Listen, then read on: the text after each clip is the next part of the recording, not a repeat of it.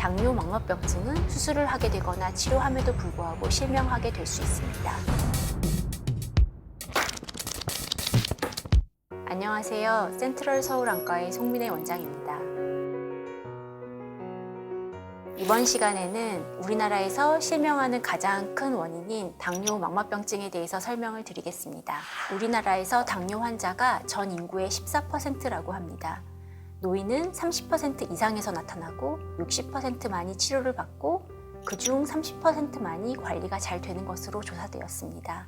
당뇨 망막병증은 당뇨의 유병 기간이 길어질수록 증가하며 20년 이상 당뇨를 알아온 환자들 중에 1형 당뇨인 경우에는 99%, 2형 당뇨인 경우에는 60% 이상에서 발병하는 것으로 되어 있습니다.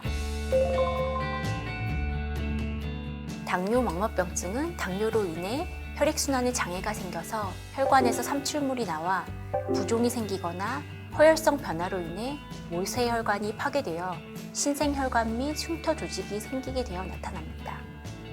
당뇨 망막병증의 증상은 망막이 심하게 손상되기 전까지는 나타나지 않을 수 있습니다. 진행이 되면은 뭐가 떠다니는 그런 비문증, 또 빛이 번쩍거린다는 광시증, 또 사물이 휘어져 보이는 변시증, 시야 흐림, 야간 시력 저하, 독서 장애 같은 것들이 나타날 수 있습니다. 혈관 투과성의 증가로 망막 중심부에 황반이 부어오르는 것을 황반 부종이라고 하며 이는 심각한 시력 저하를 야기할 수 있습니다. 당뇨 망막병증에서 시력이 떨어지는 원인은 첫 번째로 황반이 부어서 황반 부종이 되었을 때 떨어지게 되고, 두 번째로 진행이 되어서 증식성 당뇨 망막병증이 되어서 유리체 출혈이나 증식성 막이 망막을 잡아당겨 망막이 떨어지게 되는 현상이 되었을 때, 또 세 번째로 신생혈관 녹내장이 되어서 안압이 높아져서 떨어지게 됩니다. 당뇨 망막병증의 진행 단계는 크게 신생혈관이 자라지 않은 비증식성과 신생혈관이 자란 증식성으로 나눠볼 수 있고, 80%에서 비증식성을 보이는데 미세출혈, 기름 찌꺼기, 신경층의 허혈에 따라서 경증, 중등도 심각한 단계로 나누어 볼 수 있습니다. 증식성 당뇨 망막병증도 20% 정도에서 있는데 만성적인 산소 부족으로 인해 신생혈관이 발생되고 이런 혈관들은 약해서 잘 터져 유리체 출혈이나 섬유 조직이 발생하여 견인성 망막박리로 진행되어 수술을 하게 되거나 치료함에도 불구하고 실명하게 될 수 있습니다.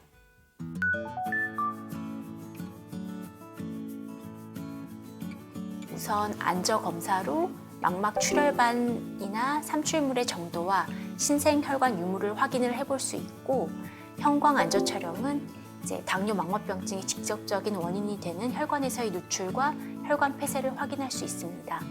초음파는 유리체 출혈 및 견인 망막박리가 있을 때 정도를 파악하고 수술이 하는지 마는지에 대해서 결정하기 위해 하게 됩니다.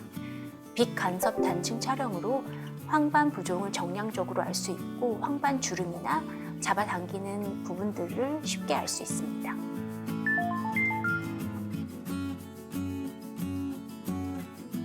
우선 내과적으로 철저한 혈당 조절, 고혈압, 고지혈증 조절이 중요하고 금연하고 금주하도록 해야겠습니다. 안과적 치료에는 레이저, 유리체 내 항체 주사, 스테로이드 주입술 수술이 있는데, 우선 범망막 레이저 광응고술은 산소가 부족하게 되어 증식성 망막병증으로 진행되는 것을 막기 위해, 또 증식성에서 신생혈관을 퇴행시키기 위해 시신경과 황반부를 제외한 주변부 망막을 레이저로 지져서 희생시키는 치료입니다.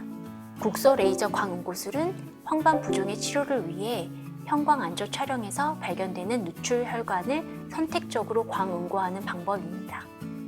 당뇨 황반 부종을 치료하기 위해 안구 내에 약물 주입술을 시행하며 아바스틴, 루센티스, 알리아 같은 항체 주사와 마카이드, 오저덱스 같은 스테로이드 주사들이 있습니다. 스테로이드 주사는 안압 상승이나 백내장의 합병증이 있을 수도 있어서 항체 주사에도 효과가 없는 경우에 보통 하게 됩니다.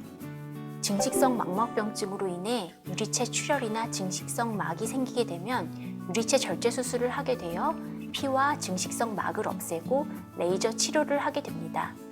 상태에 따라서 눈 안에 가스나 실리콘 기름을 넣을 수 있고 이때에는 엎드리는 특정 자세를 유지해야 하는 경우도 있습니다.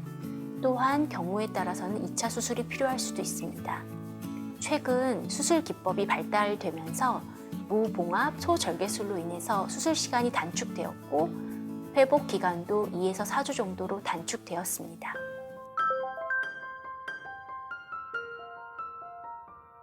정리를 해보면 비증식성 당뇨망막병증인 경우 경증 중등도 심각 단계에 따라서 경과 관찰을 6개월, 4에서 6개월, 2에서 3개월 간격으로 하며 심각한 비증식성 당뇨망막병증 이상이 되면 범망막 광응고술을 시행하고 당뇨 황반 부종이 있게 되면 국소 레이저나 항체 주사 치료를 하고 증식성 당뇨망막병증이 되어 유리체 출혈, 견인 망막박리가 생기면 유리체 절제 수술을 해야 합니다.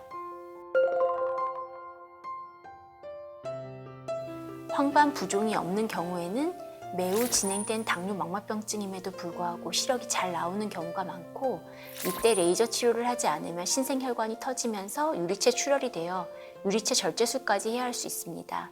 레이저 치료가 시야 감소나 시력 저하 등 부작용이 있을 수 있으나 신생혈관을 퇴행시키는 데 도움이 되기 때문입니다. 제1형 당뇨병을 처음으로 진단받은 경우 진단 5년 이내에 시행하고 제2형 당뇨병의 경우에는 정확한 발병 시기와 유병 기간을 알 수 없으므로 진단 즉시 반드시 안과 검사가 필요합니다. 모든 당뇨병 환자는 당뇨망막병증의 임상소견이 없을지라도 적어도 1년에 한 번 안과 검사를 받는 것이 좋습니다. 당뇨망막병증이 진행된 정도에 따라 추적 관찰 간격이 결정됩니다. 임신 중에는 당뇨망막병증이 더 악화되므로 최소한 3개월에 한 번 안저검사를 받아야 하며 당뇨망막병증의 상태에 따라 더 자주 경과를 관찰해야 합니다. 당뇨망막병증은 혈당이 높을수록 유병기간이 길수록 증가하며 한 번 생기면 혈당치가 정상으로 유지되더라도 회복되는 것이 아니라 계속 진행됩니다. 따라서 철저한 당뇨 조절 및 조기 검진이 중요합니다. 고혈압, 고지혈증 등 기저질환 및 흡연 등이 당뇨망막병증을 악화시킬 수 있습니다. 따라서 고혈압, 고지혈증 관리 및 금연이 중요합니다. 또한 증식성 당뇨망막병증이 있는 환자에서 과격한 운동이나 눈에 대한 사소한 충격으로도 반복적인 유리체 출혈을 일으킬 수 있어 무리한 무산소 운동보다는 자전거 타기나 수영 등 유산소 운동이 좋습니다. 당뇨병이 있다면 당뇨망막병증은 피해갈 수 없는 그런 질환으로 꼭 당뇨 조절도 잘하고 정기적으로 안과 검진을 하여 당뇨망막병증을 잘 조절하여서 실명을 막도록 해야겠습니다.